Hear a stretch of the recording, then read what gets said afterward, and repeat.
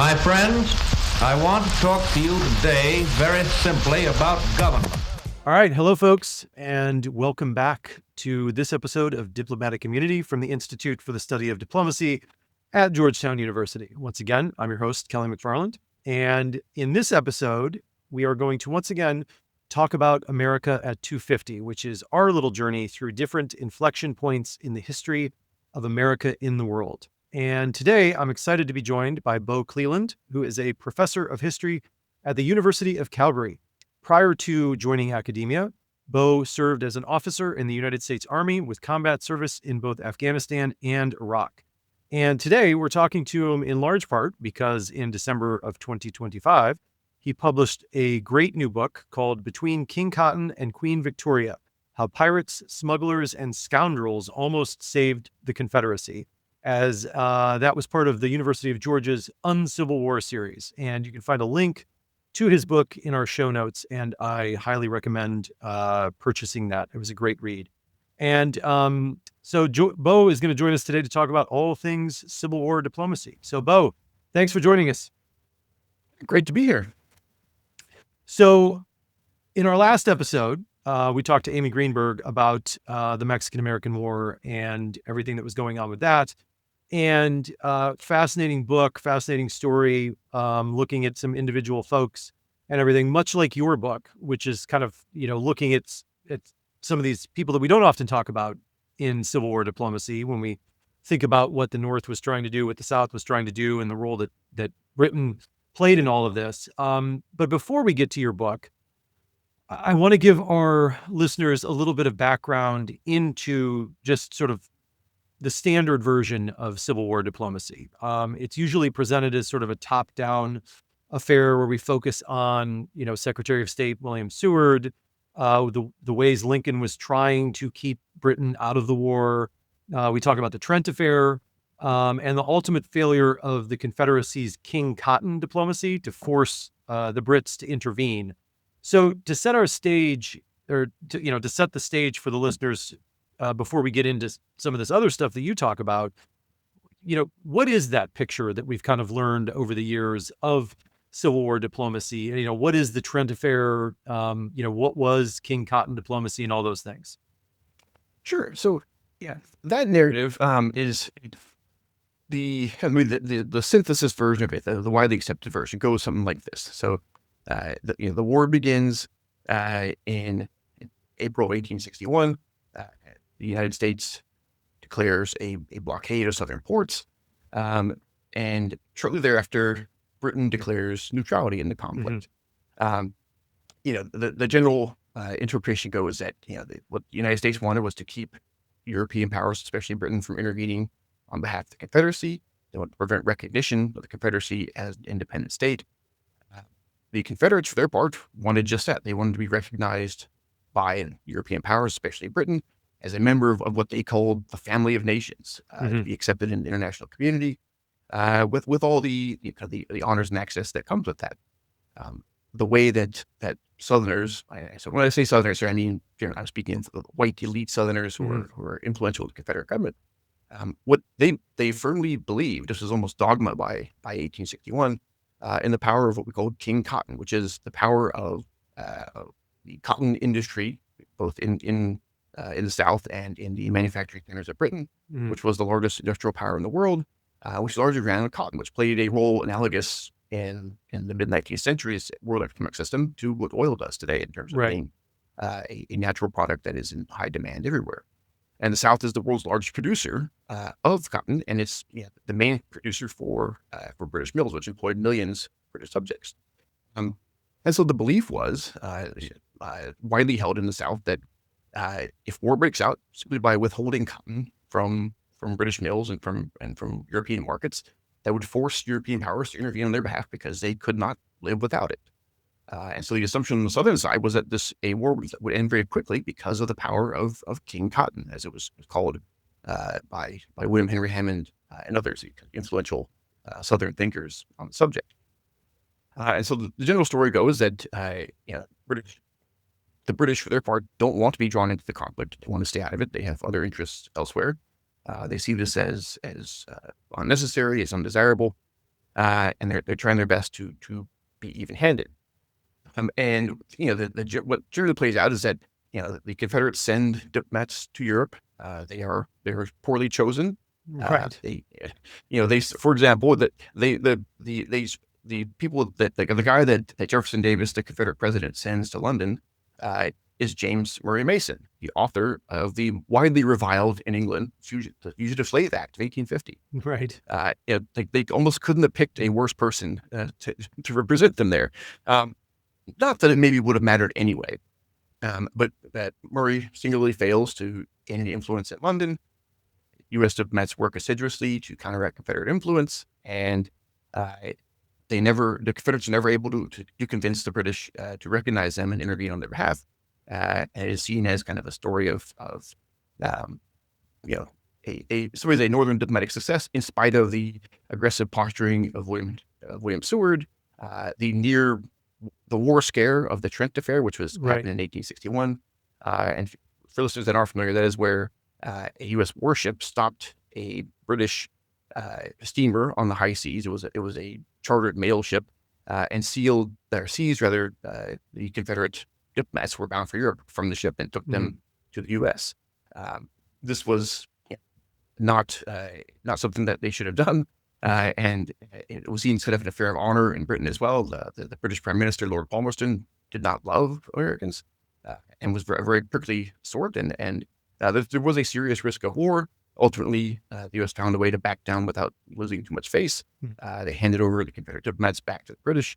And by most accounts, that was the closest that Britain and the U.S. came to coming to blows in the Civil War era. And so, using that state-centric narrative, it's really focused on recognition and intervention by European powers in support of the Confederacy.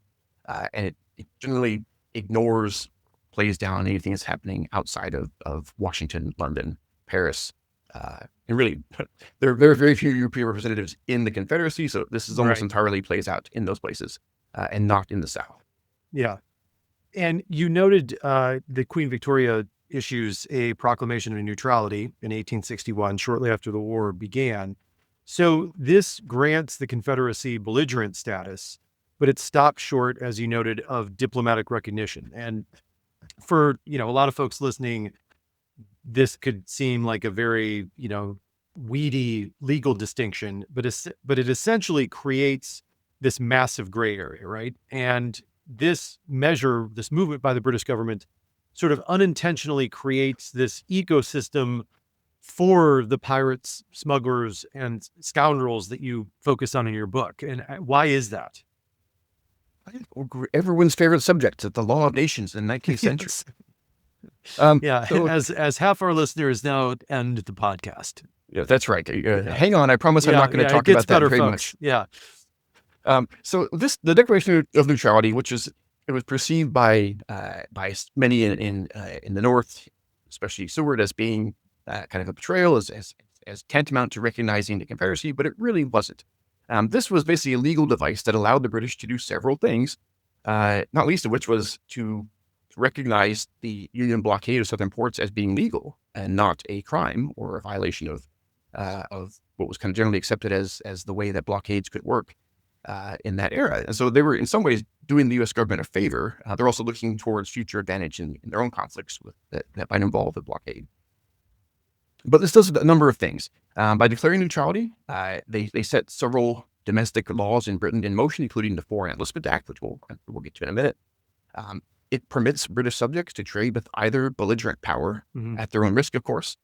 As I said, it does allow them to recognize the U.S. blockade as being legitimate, as long as it abides by certain rules about being effective and so on. We don't have to get into all that stuff. It also allows the Confederacy to issue privateering licenses.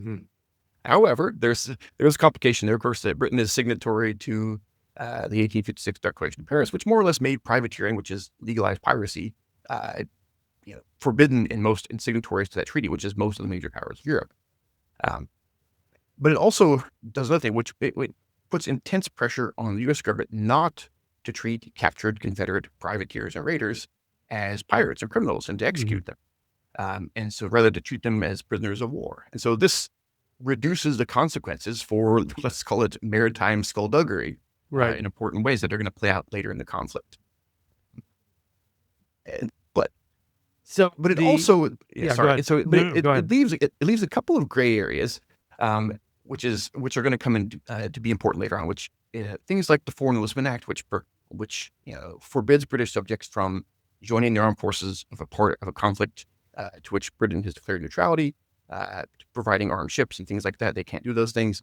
I'm sure we'll return to that in a minute. But importantly, outside of Britain, that law is enforced and administered by local authorities, colonial authorities, which is going to be really important because they don't always share the same interests and goals as people in London, as we're going to find out quite quickly in places like the Bahamas. Right. And that's what I want to get into now. So your book, you gave us the standard version, and your book shifts focus away from, the formal embassies in London and Washington and stuff like that, and moves to, more of these maritime hubs in the British colonies like Nassau and Havana. And you argue that the Confederacy's survival in large part rested on a lot of these non-state actors like the privateers and folks that were in it to, make a quick buck, blockade runners, things of that nature. So how exactly did this more decentralized commercial network actually function? And, it sort of served as like a informal sort of State Department for the Confederacy. Sure. So this network, as it comes to develop into, it works in a couple of ways.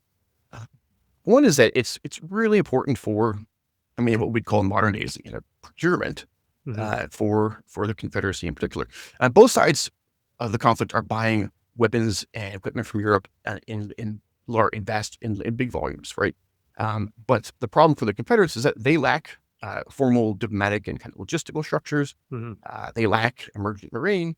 And so to make up for these shortfalls, they lean on existing connections that don't rely on the North.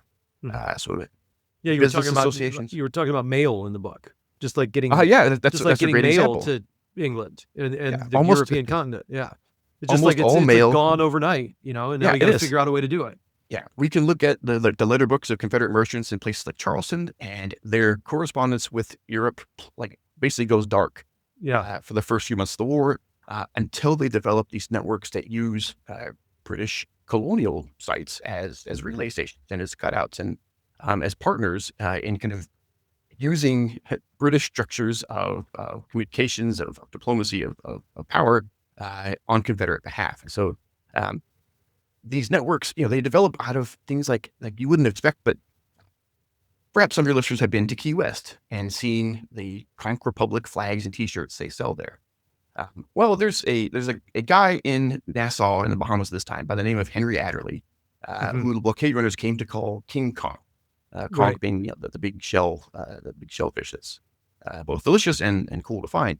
Well, conch is also a colloquial term for a white Bahamian in this era. Guess who many of the settlers of Key West are in the early to mid 19th century? It's white people from the Bahamas. So there are kinship networks there.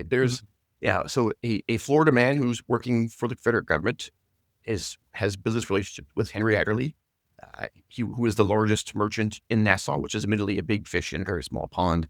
As they leverage these connections to start running supplies into the South from Europe, because increasingly as the blockade takes effect, they can't go directly. And so, these guys like Adderley and others, shipping services, they help change local laws. They give access to machinery for the British government by proxy. By something happens to one of their in scare quote ships, they can complain to the British government that they're being harassed when in fact they are working directly for the Confederacy. So there's a huge role for private parties, for private business. There are some Confederate officials involved in this, but they are in some ways kind of secondary to the main effort, which is run by private merchants, many of whom are Bahamian. Yeah, and you mentioned in the book too the fact that many of these British colonials in the Bahamas and other areas have sympathies to the Southerners, right? They view themselves in much the same light. So can you talk about a little bit about that? Because it's not yes, there's opportunism on one hand, but there's also sort of a sympathetic alignment. Absolutely. That's an important point, which, because I think anyone can look on the face of it and say, well, they're helping the Confederates because they can make money, which Right. is true. Some of them get quite rich, including Adderley. But there's more to it. There are ties of kinship. There are ties of sentiment. There's lingering pro-slavery sentiment Right. in the Bahamas. Henry Adderley, to go back to our main example, was so opposed to British emancipation in 1832 or 1833 that he was fined by the governor for making intemperate remarks in the House of Assembly there. Like these guys are not averse to the continuance of slavery. They have no problem with it. In fact, the racial social structures of the Bahamas are somewhat reflective of what Reconstruction is going to look like, and Jim Crow is going to look like in the United States afterward. They are 100% on board with a white supremacist structure of governance in life. Yeah, so they didn't have to necessarily shift their morals to back the Confederacy and make money. Not. Yeah. And it's worth noting that much of the Bahamian population was descended from Southern loyalists who had been slaveholders who fled the U.S. after the Revolution. Right. So, moving to Britain now, the shipyards in Britain famously built a lot of these Confederate commerce raiders. The CSS Alabama comes to mind as one of the most famous, despite the UK's official stance of neutrality that we mentioned. So how did that come about? How did the Confederate agents that were there sort of exploit any laws and economic self-interest for the people that were building these ships to bypass these laws that were on the books in Britain? Well, it turns out that the way that the law that prohibited the construction of warships, particularly the Foreign Enlistment Act, was written so narrowly that it was pretty easy to avoid as long as you weren't, frankly, really stupid. Yes. And these guys aren't dummies. The main Confederate naval purchasing agent is actually Theodore Roosevelt's uncle, James Dunwoody Bullock, and he's there and he's working with a number of shipyards. So they're trying to procure warships. They're trying to procure all kinds of equipment to send back to the Confederacy. But what they do is, they commission them to build some steam powered, basically they're not huge warships, but they'd be ideal for commerce raiders. They're kind of a combination of steam and sail power. They're all built to hold cannons and serve as warships, but they don't actually put weapons on them because the text of the Foreign Enlistment Act basically says that it prohibits them from arming and equipping a warship in British waters or harbors. And so as long as they pretty big loophole. Yeah. Yes. And so the way it was written, they didn't mean to do it that way, but as long as you didn't put the weapons on the ship while it was in Britain or in British waters, you were okay. And so that's exactly what the Confederates do. The first of these is what becomes the CSS Florida, which left under, they had kind of shell buyers for it. It leaves shipyard, I believe, in Liverpool, and heads for the Bahamas, in fact, at first, where it is seized at the assistance of the U.S. consul there not by the Bahamas governor, who was deeply on board with the Confederate project, but by a Royal Naval officer there. But they managed, it's tried in a local court where the judge is good friends with the Confederate agents in town. They socialize together. There is no way on earth that they're going to seize this ship for violating the Foreign Enlistment Act, despite the fact that they're recruiting sailors for it openly on the streets of Nassau. And so the ship's released. It sails out of Nassau Harbor with the assistance of the Royal Navy, and is armed in waters nearby and commissioned as the CSS Florida. That got the attention of the U.S. government quite quickly, as well as the British. And so when the Alabama comes out, they're watching it much more carefully. And so they actually have to resort to some trickery to get it out of the harbor ahead of the customs officers. But it ends up escaping and is armed in the Azores, not in Britain. Now, after this, the British government, they are aware of this loophole. They don't like it, but it's rather difficult to close. And they end up, they don't see this as being in their interest to facilitate commerce raiding because they're the heads of the next war. Right. And so, in fact, what they do is they more or less change the way they interpret their own law in ways that went beyond what it authorized them to do to prevent further vessels from sailing out, including the so-called Laird rams later in the war in 1863 and 1864, which were armored warships that were clearly built. Right. Warships, they were ironclad rams that were being built for the Confederacy. And those were seized by the British government and purchased ultimately to keep them out of Confederate hands. And so it wasn't that the British were, trying to be shitty about this. At least the British government, the Palmerston government is very much trying to be neutral in the conflict. But there are friends of the Confederacy in shipyards in Liverpool. Anyone interested in the cotton trade is fully supportive of the Confederate cause, and they're happy to sell them ships and do what they can to arm and help the rebellion. So you use an interesting word in your subtitle where you say how pirates, smugglers, and scoundrels almost saved the Confederacy. So almost is a tantalizing word for a historian. What in your mind was sort of the peak moment where this network that you talk about came the closest to potentially succeeding? And what was the ultimate sort of cause that caused the system to fracture before it can really deliver some sort of strategic or bigger victory for Richmond? Sure. I should say that the almost in the subtitle is a little bit of marketing magic there. That was Of course. I don't quite go that far in the actual text of the book. But I think it's more accurate to say that this network allowed the Confederacy to survive far longer than it would have otherwise. Mhm. And it gave them a much better chance to win. So, but to give your question a fair shake, to me, the best chance is around 1863. This is the peak of blockade running success into the early part of 1864. And they're able to move sufficient supplies before things started to get too desperate financially for them. By them, I mean the Confederacy. Mhm. And I should say, so this is a network, right? This isn't just blockade runners in the Bahamas. There's operation in Bermuda. There are support structures facilitated by willing local, British or British subject helpers in Nova Scotia and in Canada, which they were not united at the time. And so this network kind of reaches kind of around the periphery of the U.S. And it's really helpful for facilitating this giant logistical and communications operation. Where it starts to stumble is in some ways due to its own strengths, right? Decentralization, privatization. So this network is a giant logistical campaign run by the Confederate government, but it's almost entirely in private hands. Mm-hmm. We start to see blockade running ships that are privately owned coming into the Confederacy almost empty because they don't care enough. They don't to bring things that the Confederacy needs. They just want to take cotton out. And so by the time the Confederate government gets around to trying to regulate this, to finally put some hands on the process, it's almost too late. And these shippers are unwilling to comply with regulations about having to share cargo space. And so there's an unwillingness on the Confederate side to prioritize military needs and fiscal stability until it's too late. There's also some bad luck. The Confederate government does buy its own blockade runners, but a bunch of them get caught just kind of by chance and captured by the U.S. Navy. There's also some poor choices they make. Like as privateering increasingly doesn't work out, they are looking for other ways to leverage private action at sea. And so they push paramilitary action, hijacking ships and things like that in the colonies, especially up in the north.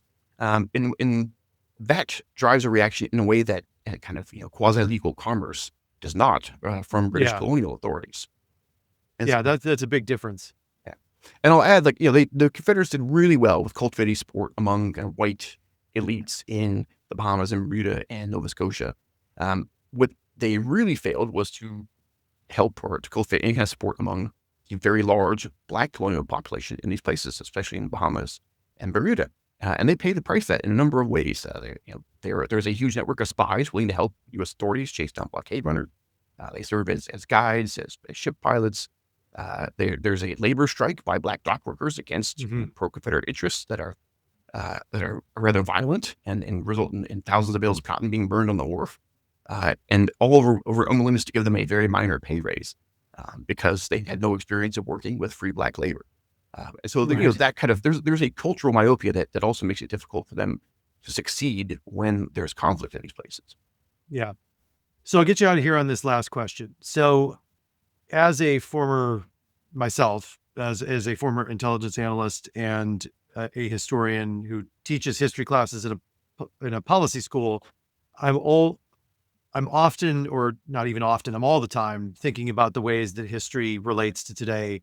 And a lot of what you talk about in the book reminds me of things that are happening today around gray zone conflict, proxy warfare, and sort of transnational criminal networks that we have working out, ghost ships and everything with like trading oil for Russia now and stuff like that. So, when we look back at this stuff that you talk about in your book, how important is it to think of that, or can we think of that as sort of the beginnings of a modern playbook for this sort of stuff that's going on today? Yeah, I think it's always dangerous ground for historians to try to make too much modern use of very specific historical circumstances. That's what I teach in my class. Exactly. Good answer. Yeah. But I will say, of course, I'm a graduate of a rival policy school there in Washington, D.C. Yes. And in fact, that is where the germ of this project came from. I had just gotten back from Afghanistan, or Iraq at that point, and I had done some work I was interested in questions of transnational insurgency. And I just happened across Confederate raids across the northern border during the Civil War. And I thought, gosh, this sure looks like, Taliban crossing from Pakistan and shooting at us. So this is of interest to me. That is how I ended up chasing down this project. The risk here with the Confederacy is that they were very much an aspiring state that wanted to be a member of as they call it, the family of nations. They wanted to adhere to the notions of restrained kind of masculinity and manhood that came along with that. But as the war got more desperate, it gets very Thucydidean, right? Things become more extreme. They prove more and more willing to violate norms. And, they are, in some ways, I think their big failing was failure to use their control of this global commodity very effectively. There's all kinds of cultural and political reasons they don't do that we probably don't have time for today. But if we want to talk about, the kind of the structure of the Confederate government and their obsession with property rights, which has a lot to do with slavery, Right. also made it difficult for the government to utilize cotton in the way that probably would have been most advantageous. However, I will say that this is in some ways a transnational insurgency, one of several happening in North America at the same time. The Dakota War out west is another example of Native peoples working both sides of the border, in this case trying to shelter from the U.S. Army. And so this is I think, if not a modern playbook, it is a hint at things to come in the way that borders act as an institution, but also as a barrier to enforcement of laws, to stopping conflict, and the ability for, let's call it a bad actor to utilize local sympathies and a lack of state capacity to restrict their behaviors. And the Confederate operations around the periphery of the Civil War are a great example of this.